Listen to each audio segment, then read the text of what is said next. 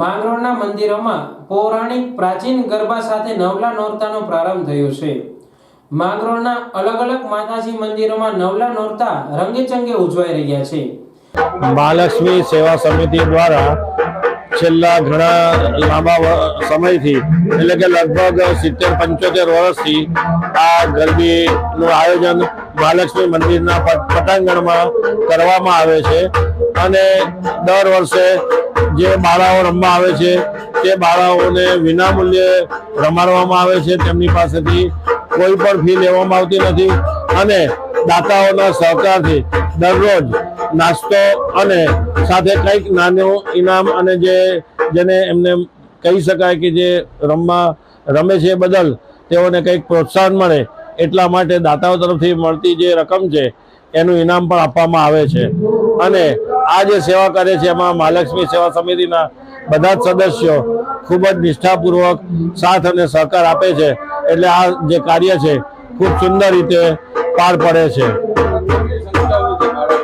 આ દરરોજ સામાન્ય રીતે 250 થી 300 દીકરીઓ આ મંદિરના પટાંગણમાં રમવા માટે આવે છે, જેમાં માતૃ મંદિર, ભવાની મંદિર, મહાલક્ષ્મી મંદિર, વાઘેશ્વરી મંદિર, મહાકાળી મંદિરના પટાંગણમાં પ્રાચીન અર્વાચીન ગરબીએ વર્ષોની પરંપરા જાળવી આજે પણ સુંદર આયોજન કરાયું છે।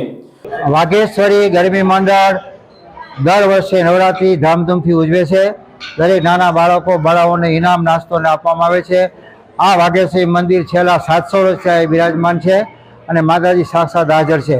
અમે સોની જ્ઞાતિના ભાઈઓ તેમજ અન્ય જ્ઞાતિના ભાઈઓ પણ વર્ષોથી આ સુરતી દાંડિયા રાસ, ગરબી રાસ, હવન યજ્ઞ બધાનો દેવદર્શનનો લાભ લે છે અને આ ગરબી અતિ પ્રાચીનમાં પ્રાચીન ગરબી છે। અહીંયા અઠંગો, સુરતી વગેરે રાસ બધા રમાડવામાં આવતા અને આ માતાજીના જૂનામાં જૂની ગરબી છે જે સિંદરાબાગ પાસે આવેલી છે અને સોની જ્ઞાતિના કુળદેવી માતાજી અહીંયા પ્રસન્નતાપૂર્વક બિરાજે છે અને સર્વે જ્ઞાતિભાઈનો સાથ સહકાર અને ગામના સાથ સહકારથી આ ગરબી અવિરત વર્ષોથી ચાલુ છે અને માતાજીના દરેકને આશીર્વાદ મળે તેવી માતાજીને આજના નવરાત્રિના ત્રીજા નવરાત્રિએ આપણે બધા માતાજીની પ્રાર્થના કરીએ અને માતાજીના આશીર્વાદ મેળવીએ તેવી આપણે માતાજીની પ્રાર્થના કરીએ।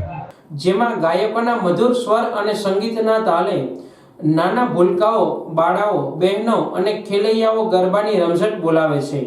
ગરબી મંડળના આયોજકો દ્વારા 10 દિવસ સુધી સુંદર આયોજન યોજી દશેરાના દિવસે તમામ બાળાઓ અને ખેલૈયાઓને ભેટ આપી પ્રોત્સાહિત કરવામાં આવશે। છેલ્લા ઘણા વર્ષથી માતૃમા યુવક મંડળ દ્વારા અમે નવરાત્રિનું આયોજન કરીએ છીએ માતૃ મંદિરના પટાંગણમાં।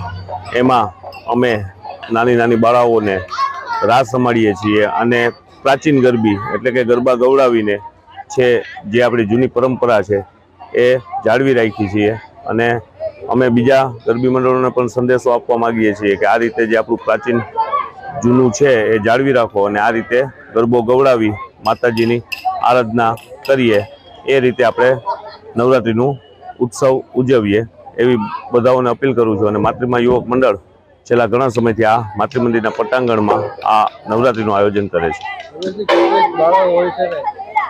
અમારે બાળાઓ લગભગ 60 થી 70 નાની મોટી બાળાઓ રમે છે અને ભાઈઓ પણ લગભગ 30-40 જેટલા ભાઈઓ રમે છે। દરરોજનો દાતાશ્રીઓ દ્વારા નાસ્તા હોય છે અને છેલ્લે દિવસે દશેરાના દિવસે અમે બાળકોને પ્રોત્સાહન રૂપે ઇનામ વિતરણ કરીએ છીએ।